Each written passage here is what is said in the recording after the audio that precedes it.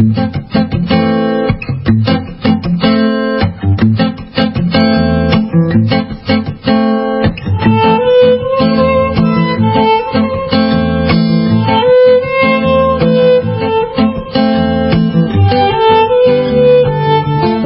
ahora sí puede hacer su ingreso Alexis y no está solo tampoco. ¿Cómo estás, Mati? Y estamos acá, tenemos uno de los invitados y vamos a hablar, a ver, la cuestión es así. El libro por el que íbamos a llamar a nuestros invitados se llama Apuntes sobre Philip Dick, ¿no? Sí. Philip K. Dick sería, ¿no? Y dijimos, bueno, vamos a hacer una biografía de Philip Dick, y dijimos que vamos a hablar un poco de eso.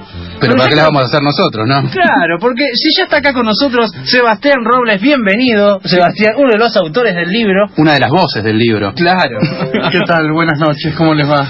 Bien, ya sos conocido nuestro, porque ya hemos hablado por teléfono primero.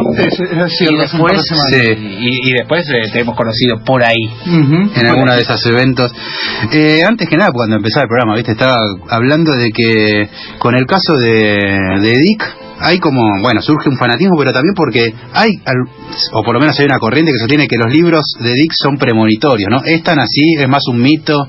En alguna medida es verdad, no es un mito, digamos. Lo que pasa es que Dick trabajó mucho el tema de las realidades alternativas, de la realidad virtual, ya en los años 50, en los años 60, y sobre todo hoy en día con el advenimiento de Internet, las redes sociales, etcétera, resulta así, bastante premonitorio, ¿no?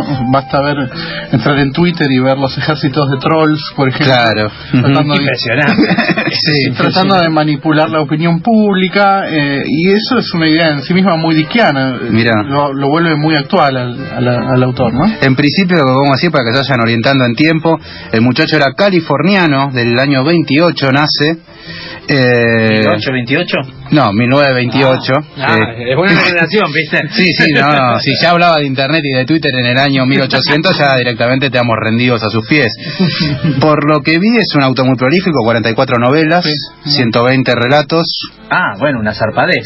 Sí. Bueno, uno de ellos es el que está inspirado Blade Runner. Exacto. Que es sueñan los androides con ovejas eléctricas. Gran título. Lo más anticomercial del universo. Sí, muy lindo. Además, hay un mito que dice que él se encerraba a escribir en una cabaña y comía comida para perros porque era lo que tenía. Era lo más rápido. Era lo más rápido, que no exigía ninguna preparación, entonces podía seguir escribiendo. Y escribía, un poco para satisfacer al mercado. Él además vivía de su escritura, o sea que cuanto más escribiera, más cobraba, que tampoco eran fortunas, ¿no? Era realmente un obrero. Claro. No era un bestseller en su momento. No, en absoluto. No. Ni por lejos. ¿Probaste lo de la comida para ratas? Para perros, perdón. Yo cuando era chico comía comida para perros. Siempre me pregunté qué gusto tiene, ¿cómo es? No está tan mal, ¿no? Supongo que debe haber mejorado desde los años 80, cuando la comía yo, hasta ahora, pero... Claro, antes solo había Doggy. Claro, el Doggy, justamente, sí. Pero Dixie, además, bueno, está toda la... Él tuvo una etapa más, digamos, de meterse en las drogas, digamos, y claro. Esa vida, digamos, está también impregnada en sus novelas. Pero el tema de las drogas en Dick, porque la verdad que las fotos, por lo menos lo que voy viendo, no da la imagen de un tipo que estaba, no sé, fisura, ponele. O sea, era un tipo dentro de todo que consumía, pero se mantenía. Mira, consumía claro. Hay una biografía de Manuel Carrer de Dick que es bastante buena, donde él cuenta que Dick, aparentemente por un trastorno psiquiátrico que él tenía, le daban una medicación desde muy chico que contenía anfetaminas. Es decir, desde ese punto de vista se drogaba desde que nació prácticamente. Después él tiene una experiencia, pero la experiencia que él tiene con las drogas es bastante tardía, ya cuando él ya era un escritor consolidado de ciencia ficción, o sea que no es que todos los libros están escritos bajo la influencia de las drogas, sino que tuvo una experiencia medio hippie, digamos. Él vivía en San Francisco en los años 60, imaginémonos. Era imposible zafar de ahí. Estamos hablando casi un beatnik. Exacto, sí, exactamente. Porque es en ese mismo periodo, claro. Es en ese periodo, y bueno, él tuvo una experiencia ahí que después la cuenta en algunos libros también, pero No creo que se pueda hablar en el caso de Dick de una literatura lisérgica. Claro, no es Burroughs. No, en absoluto. Sí. No. Él trabaja mucho con el género de ciencia ficción, lo conoce muy bien y digamos que la experiencia con las drogas es posterior a su escritura, ¿no? Claro, y además también tenemos que tener en cuenta lo que él atraviesa, ¿no? Estos escritores, también la ciencia ficción dejaba de ser el momento, digamos, dejaba de tener su apogeo, ¿no? Grande, y él agarra la otra parte de la ciencia ficción, ¿no? Exacto. Como la evolución. Exacto, hay dos, al momento que Dick escribe, ¿no? Hay por lo menos dos etapas muy reconocibles de la ciencia ficción. Una es la ciencia ficción, digamos, de la Edad de Oro, que es la ciencia ficción de los años 30, 40, 50. Campbell, Asimov. Exacto. Es la ciencia ficción que se publicaba en revistas, donde surgen nombres como Asimov, como Heinlein, como Arthur C. Clarke. Sí. Y el gran editor ahí era John Campbell, justamente, que era el editor que fue editor de varias revistas de ciencia Se lo ficción. llama la era Campbell, ¿no?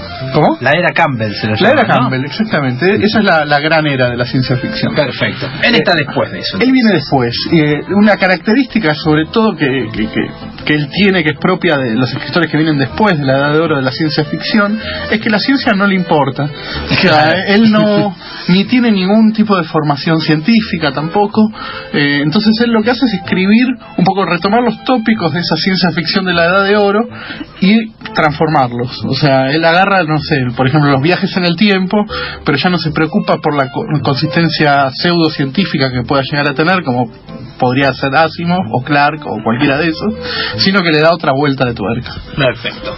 Y ya saben que estamos hablando de ciencia ficción, y recuerden esta canción, lo que dice es Rock is Dead, y vamos a hablar de por qué el rock ha muerto, por qué la poesía también ha muerto, y a dónde vamos con todo esto de Philip Dick.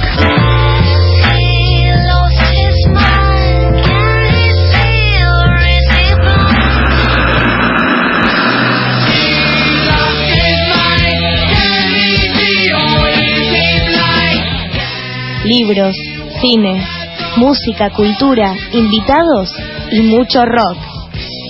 Un programa no solo literario.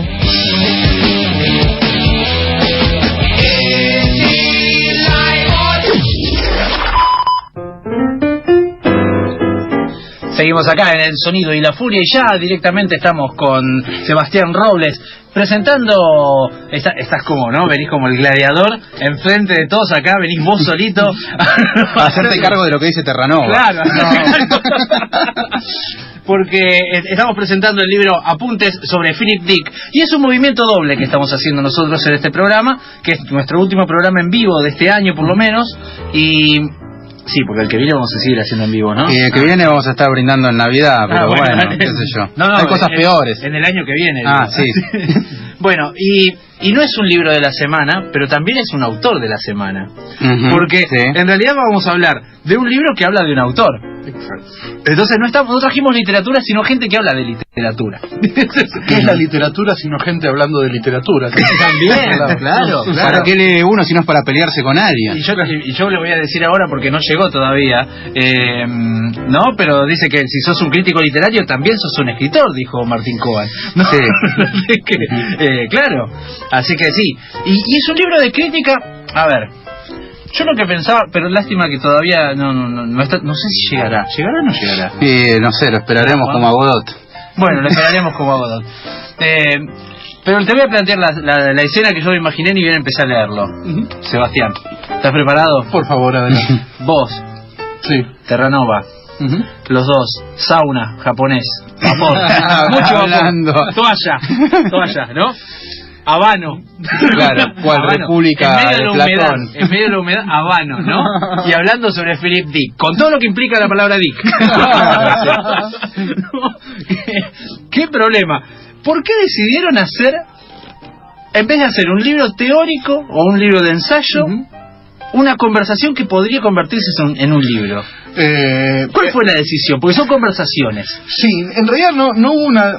A ver, esto fue así. Lo cuento cronológicamente. Nosotros con Claro. Terranova dimos un taller que lo hicimos acá cerca de la radio, justamente, en un centro que teníamos que se llamaba el SEC.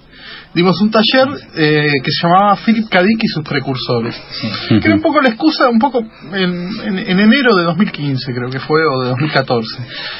Y sus precursores, Kafka y sus precursores de Borges. Exacto. La idea era un poco hacer el taller como excusa para reflexionar sobre Dick y empezar a pensar a ver quiénes podrían haber sido los precursores de esa literatura que nos apasionaba desde hacía mucho tiempo.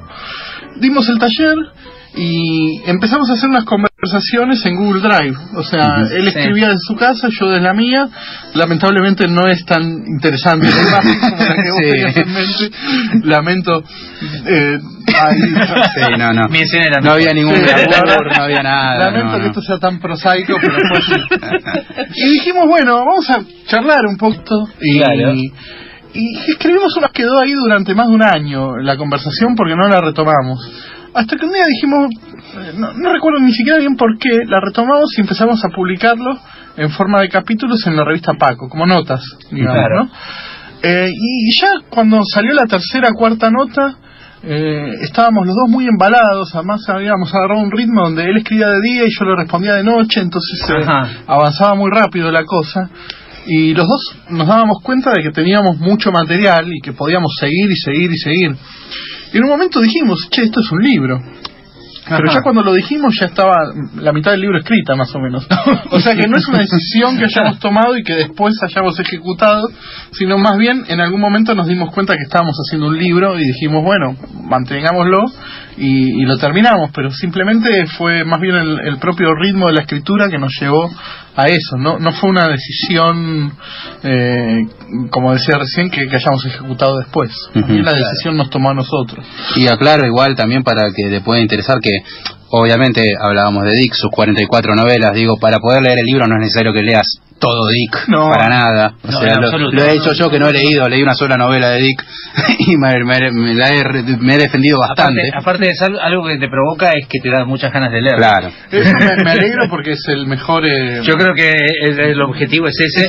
Y vos decís, mirá la cantidad de cosas que tiene este hombre, qué interesante, voy a ir a buscarlo. Voy a buscarlo ya. Yo quiero leer ya El hombre del castillo. Sí, bueno, esa es la que leí yo. Sí. Claro. Bueno, sí, si cumple esa función de transmitir ese entusiasmo, entonces es misión cumplida, digamos, ¿no? O sea, no hay mucho más que eso. Y es la conversación de dos amigos entusiastas sobre un autor que nos nerdísimo. Nerdísimo. Son de los nuestros, ¿eh? Eso quiere decir que son de los... Vos date una idea que nosotros en este año estuvimos leyendo a la razón de un libro por semana. Bien. Sí, sí, nomás. Para el programa, nada más. Sin contar los que están paralelos que son nuestros, no aparte, gusto propio. Así que los nerds bienvenidos a nuestro programa. Muchas gracias. Viste que se va, es como una red que se van apareciendo solos, viste, te vas acumulando en un momento y decís, claro, sí, al final nos fuimos a la mierda. Éramos muchos. No, pero y después igual quiero que vayamos después a cosas específicas que se hablan en el libro que me parecieron muy interesantes, pero están como a la vez respondiendo, ¿no?, a una tradición de libros de conversaciones, ¿no? Ahí, vamos, arranquemos. Primer libro de conversaciones del que estamos hablando de Sócrates, ¿no? Claro, Platón. Sí, la Platón República. hablando de Sócrates, ¿no? Sí, un poco. Bueno, de hecho, esto fue inconsciente. Como para empezar esta conversación, empezamos hablando sobre una conversación también que tuvieron, que está publicada en internet y creo que en algún libro, entre Bolaño y Rodrigo Sanz. Eso quería ver después. Hermoso. Que es una conversación muy breve y muy superficial también, sobre Dick, bastante tilina en el caso de lo que dice Fresana ahí. Y bueno, lo usamos como excusa como para armar la nuestra, digamos, ¿no? Y como modelo, quizás, claro, también. Aparte, empezar como contestando algo, ¿no? Claro, exacto. ¿sabes? Lo cual es en sí mismo es un diálogo. Y sí, es un diálogo. Claro, el diálogo se replica en distintas instancias. Claro. Y además el diálogo en sí mismo tiene como esa naturaleza que uno naturalmente va tomando una postura que es antagónica a la del otro, porque así es como funciona, ¿no? Sí, si no se termina en el segundo capítulo. Claro. Sí, tenés razón, terminó. Creo que por eso funcionó bien la dinámica también acá. De Terranova, por ejemplo, me tiraba ahí... y ya es un agitador igual, nato. Claro. Sí. Estábamos hablando de los cuentos, por ejemplo, en un momento recuerdo que yo abría a la noche el archivo en Google Drive para ver qué es lo que él había escrito y después seguir. Y me acuerdo que ponía, no sé, tal cuento que a mí me parecía brillante, es una mierda. Entonces, chao, ahí me tiraba leña y yo escribía y después también, obviamente, pinchándole un poco a él. Y así avanzaba la conversación. Sí, claro, sí. Dialógicamente, como quien dice. Exactamente. Lógicamente, está muy bien. Lo mismo que nos pasa a nosotros con los libros. Cuando yo vengo recontra cebado, digo, mirá qué bueno el libro que nos llegó. Y vos decís, no, mirá, Milena Cacerola está editando Mi lucha de Hitler. Bueno, pero está Philip Dick ahí atrás. Claro. Y Philip Dick está acá agregado como cual Eameo, ¿no? No, y igual la letra es brillante porque es una letra muy de ciencia ficción, muy robótica, por supuesto, ¿no? Sí, la tapa se la debemos a nuestro amigo Alejandro Levakov, que hizo un gran trabajo ahí con esta idea que le habíamos sugerido. En realidad es porque la letra es medio Terminator 2, digamos. Claro. Una cosa así. Claro, sí. Y atrás la retocamos un poco, también pusimos atrás unas máscaras antigas. La parte de atrás está preciosa también, con un par de niños con máscaras de gas. Está muy lindo. Todo lindo, todo hermoso. Claro, y en ese sentido me asombró cómo llegaban de Dick hacia la cultura pop, ¿no? Pero es algo que me interesaría que después vamos a empezar a hablar y a profundizar bien en el contenido del libro y en estas charlas y en la forma de hacer teoría literaria haciendo charlas. ¿Sabías que el increíble Hulk está totalmente inspirado del Dr. Jekyll y Mr. Hyde? De nada.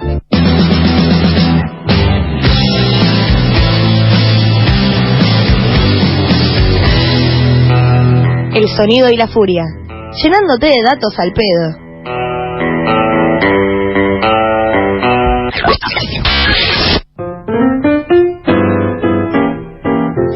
Y continuamos aquí con Sebastián Robles charlando un poco sobre Philip Dick, sobre este último libro llamado Apuntes sobre Philip Dick, editado por Milena Cacerola. Los amigos de Milena Cacerola. Sí.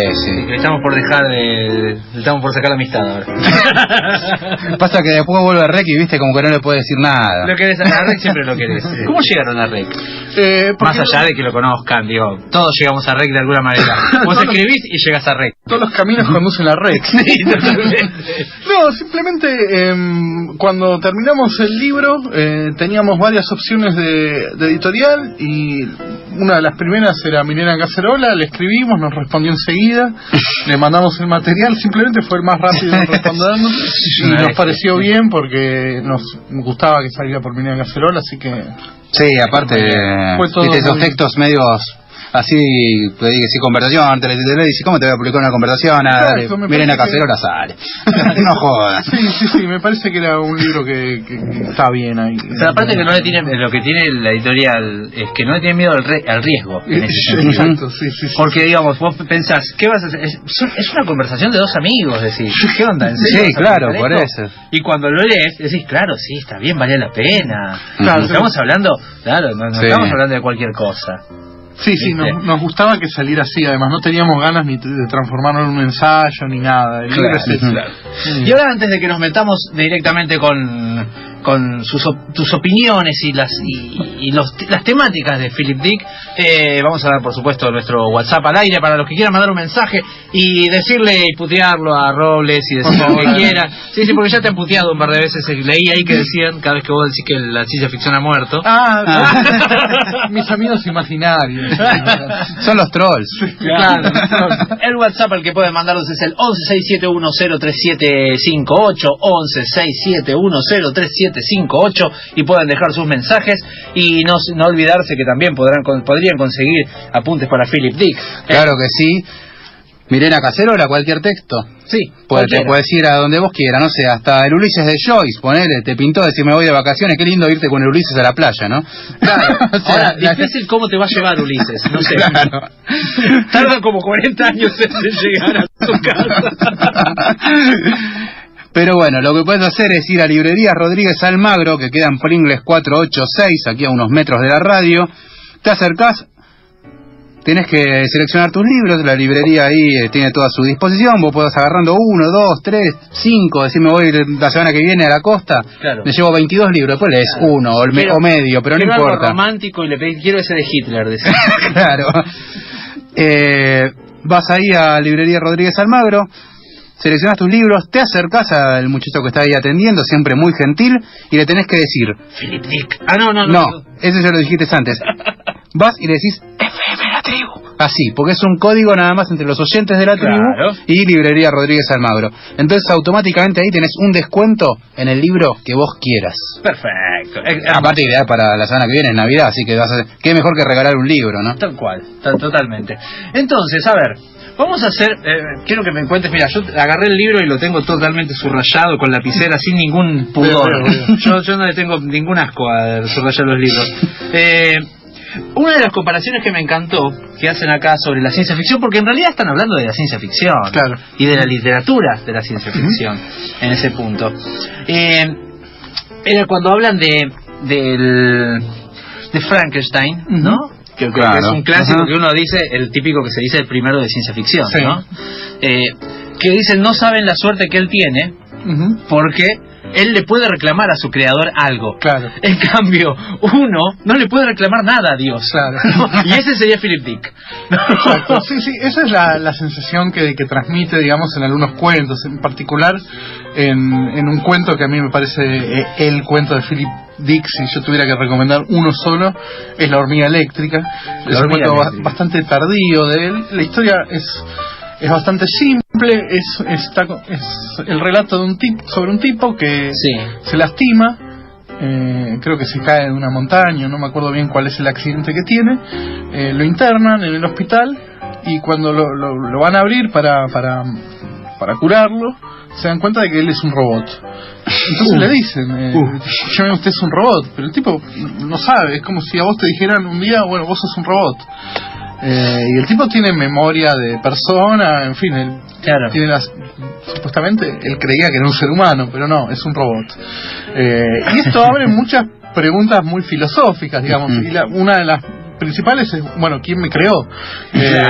Claro. Y el cuento un poco narra, o sea, ya aceptando que soy un robot, no me queda otra que aceptarlo, porque la evidencia está. De hecho, el tipo le dice, no, usted váyase del hospital, vaya al taller, porque no muy bueno. En el hospital no tiene nada para hacer, no mandan a un taller. Carlito es re bueno. Claro, era un problema de bujía.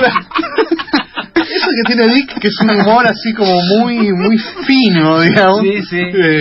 Pero sí, lo mandan a un taller y bueno, le cambian una pieza y el tipo vuelve a su casa. Pero ahí lo que empieza a investigar es, bueno, ¿y ahora?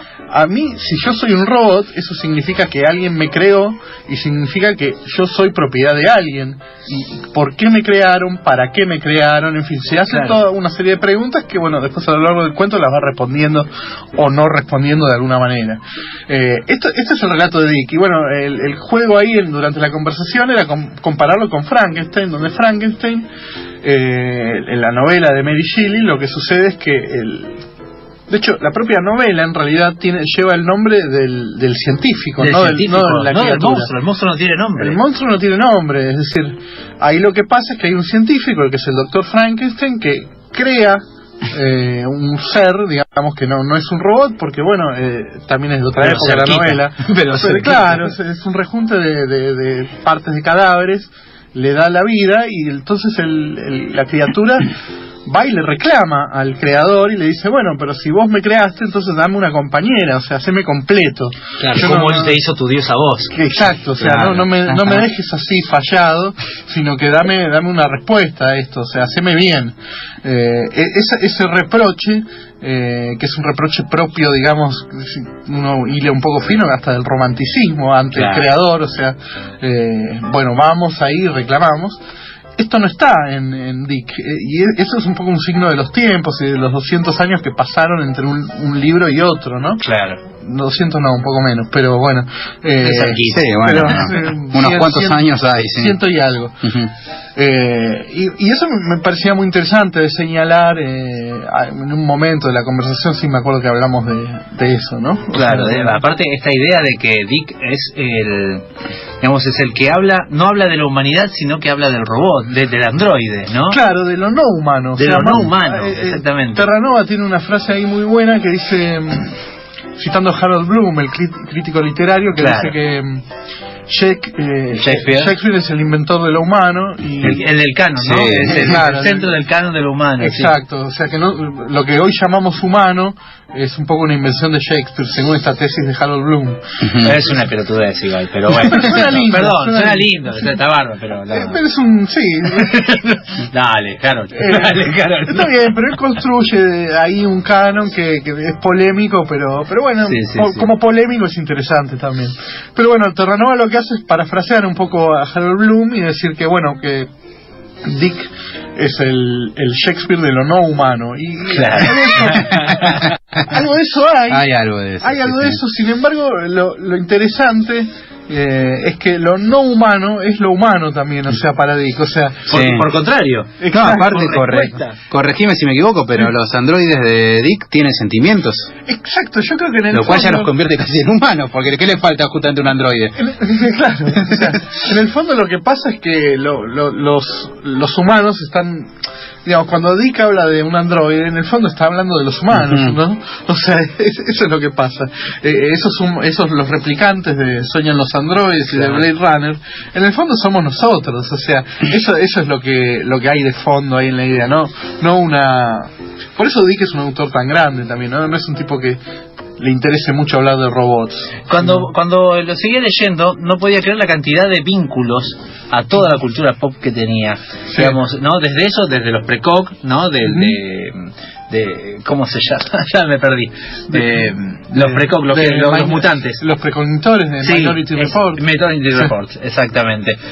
¿No? Desde ahí tenemos Total Recall, tenemos un montón de cultura pop que se nutrió de estas fantasías de Dick y que me parece que es lo que vamos a charlar enseguida, por supuesto. Claro que sí, estábamos hablando de paranoia, estábamos hablando de androides, así que saquémonos, por favor, lo obvio de encima.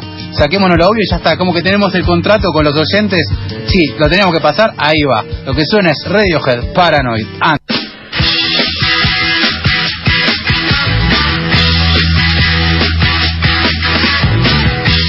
Tanto ustedes como nosotros siempre quisimos ser como Wilde.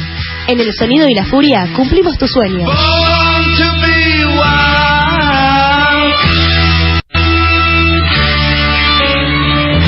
El Sonido y la Furia. Literatura en su más rockera expresión.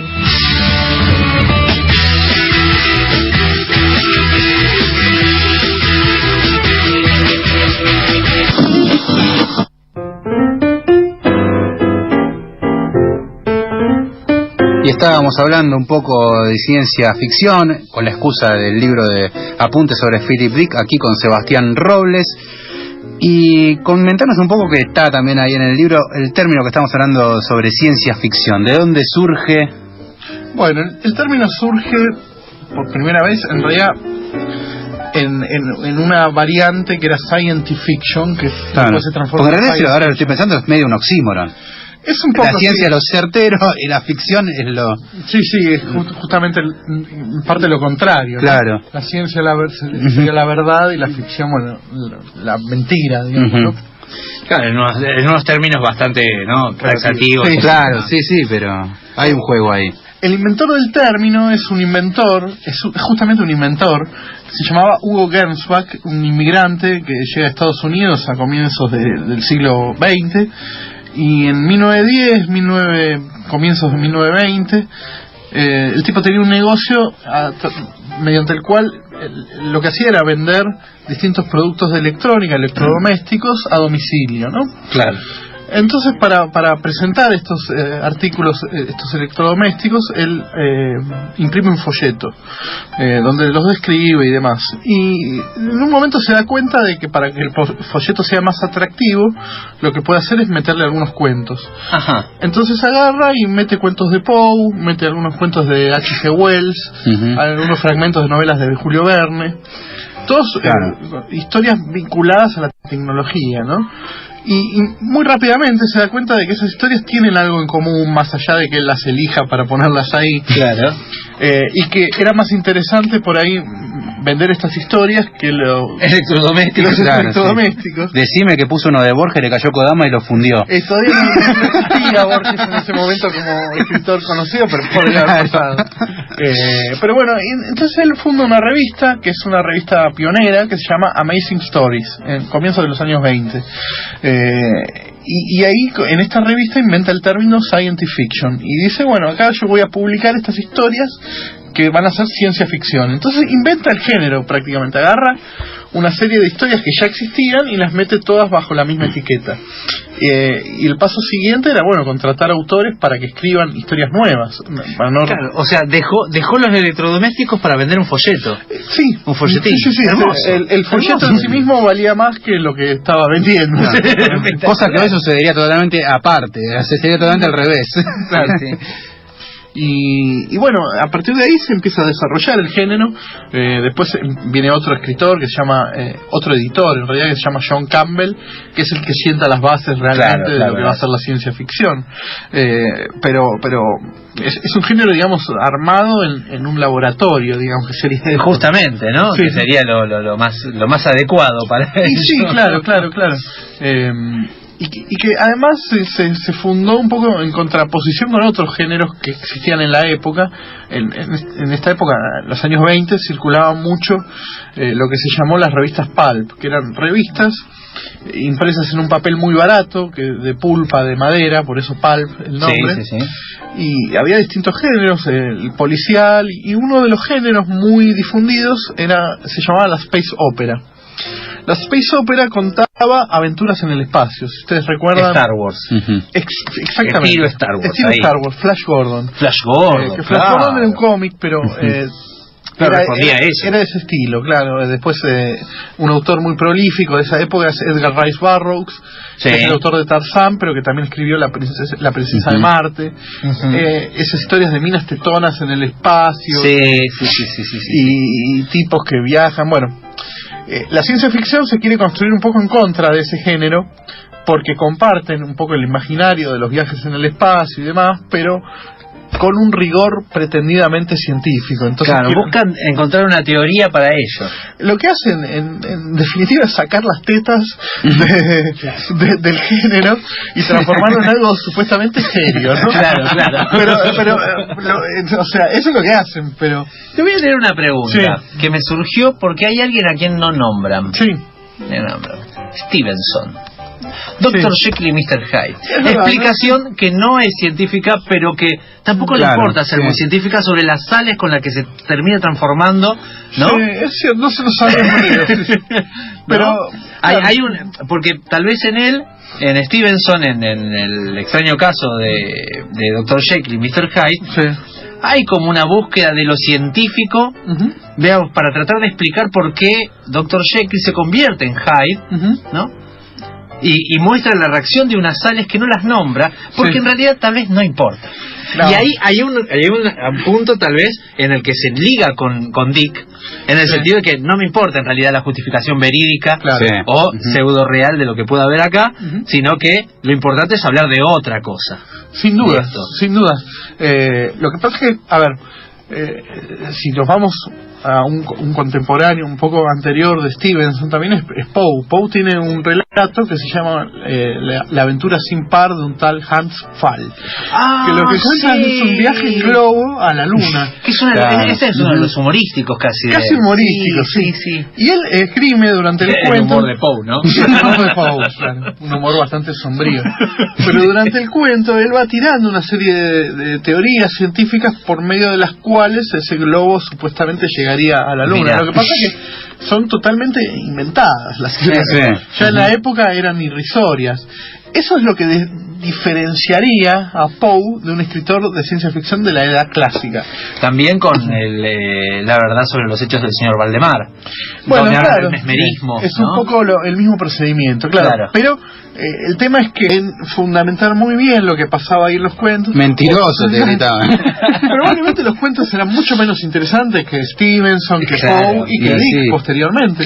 Pero bueno, las reglas del juego eran esas. Entonces, ustedes no sé si recuerdan el personaje de Favali en El Eternauta, este tipo ingeniero, que es el ingeniero, el que casi es como el Alfred ¿no? Que le dan los implementos a Batman. Eso, sí, ese mismo. Bueno, eso siempre lo pienso yo como el lector prototípico de estas revistas en los años 40, 50. Sí. O sea, tipos que les importaba la tecnología, la literatura no les importaba tanto, ¿no? La invención literaria. Eso viene un poco después. Claro. Y Dick justamente es una generación posterior y a él ya no le importa la ciencia, ¿no? Bradbury también, ¿no? Bradbury es un personaje muy intermedio, polémico, ¿sí? Claro.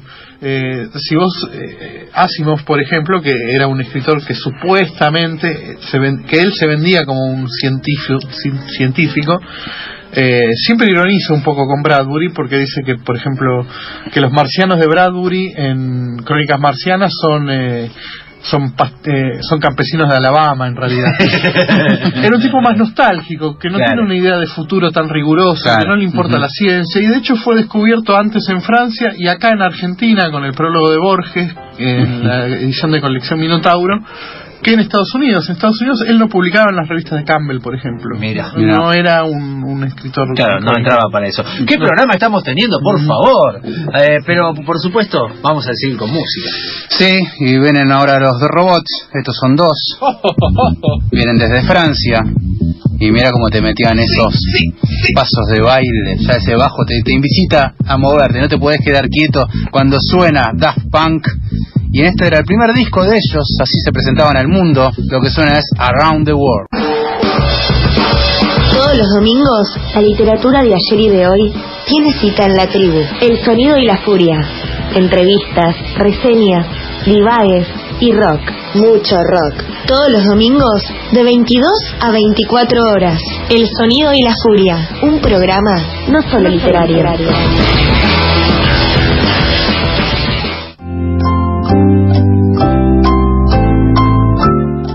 ¿Sabías que Bob Dylan tomó su nombre artístico del poeta galés Dylan Thomas? De nada.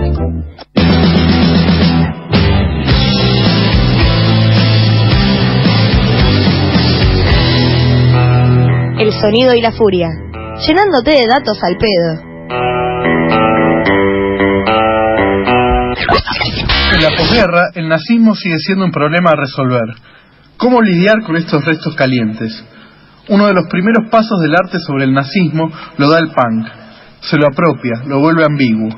Hay una famosa cita de Stuart Hall en Notas sobre la desconstrucción de lo popular que yo uso siempre. Lo que importa para los punks y sus carnavales oscuros no es tanto un sesgo político, sino la ambigüedad. A la Greatest Generation, que había vencido al nazismo y liberado al mundo, a estos austeros soldados de la libertad, el punk les oponía generacionalmente la ambigüedad sexual, estética y política. Se maquillaban de forma estridente, se vestían con basura, hacían una música incomprensible y ruidosa, convertían el dolor en placer y sobre todo interrumpían el respeto a la racionalidad burguesa. Era algo que se había visto antes, desde luego, pero ahora la herida infligida era un poco más profunda. ¿Por qué? Porque Sid Vicious aparecía con una esvástica en un recital y antes de eso no había símbolos recientes que remitieran al asesino sistemático en masa. No era el único. El muy conocido Flash and Circle que Bowie se pintó en la cara para la tapa del disco Aladdin Sane de 1973 es el símbolo de la British Union of Fascism, un partido de ultraderecha formado en 1932 por Oswald Mosley.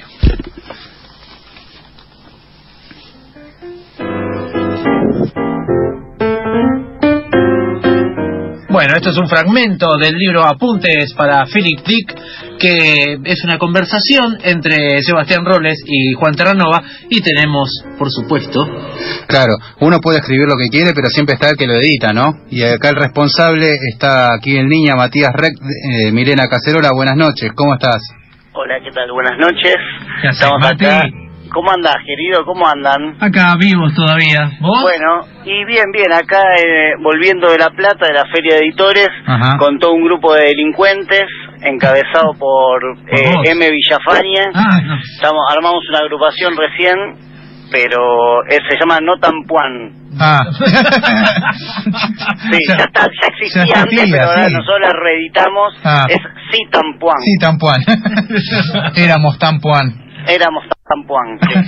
Contanos un poquito, estamos acá con Sebastián Robles, viste, sobre este libro que vos sos bastante responsable también en aceptarlo en Milena Cacerola y cubrirlo.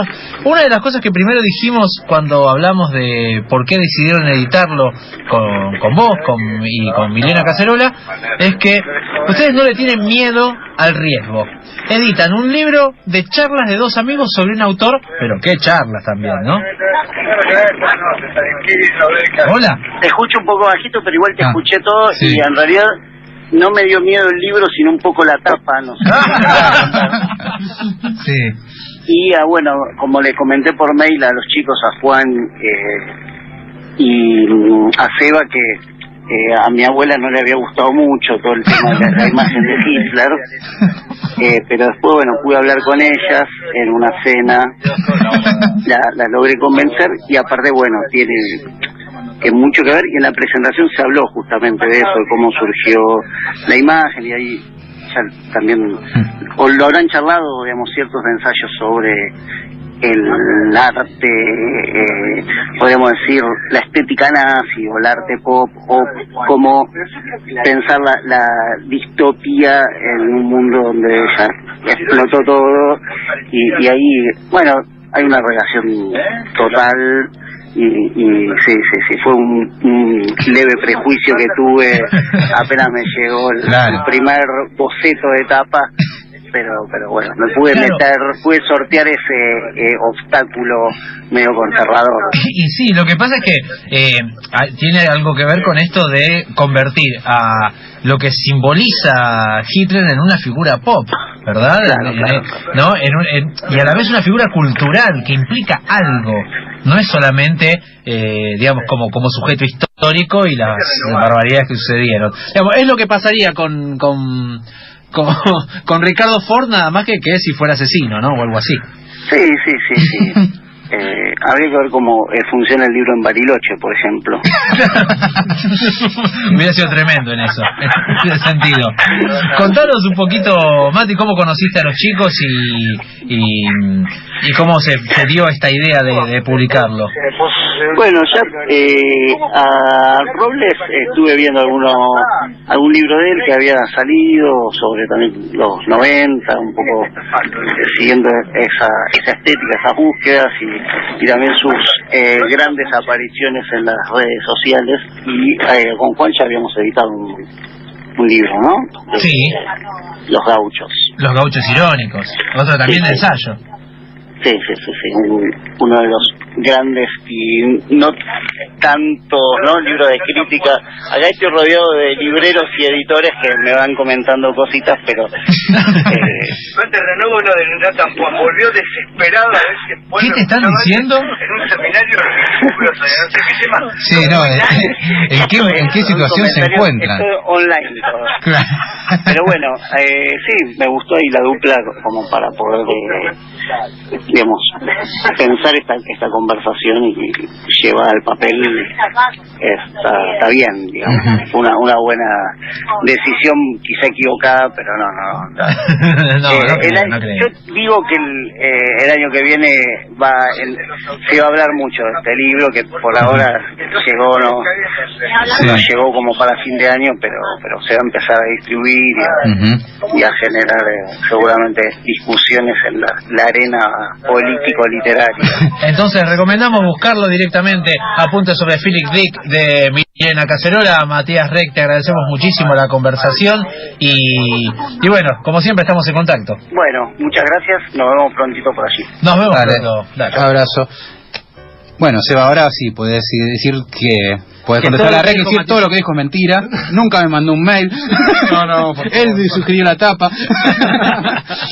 No, sí, lo de la tapa, la verdad que le agradecemos mucho, se jugó. Nosotros también, en realidad, lo que sucedió con la tapa es que hay muchos libros de Dick que tienen a Hitler en la tapa, en sus tapas originales. Hay un momento en donde charlan mucho sobre las tapas. Claro. Terranova se encarga mucho de eso. Sí, porque... a veces no nos diferencia igual, ¿eh? Hay un momento que... No, ¿y este que... A veces nosotros no nos diferenciamos también, lo que es peor. Pero... Mientras sus familias los diferencian. Sí, no hay problema.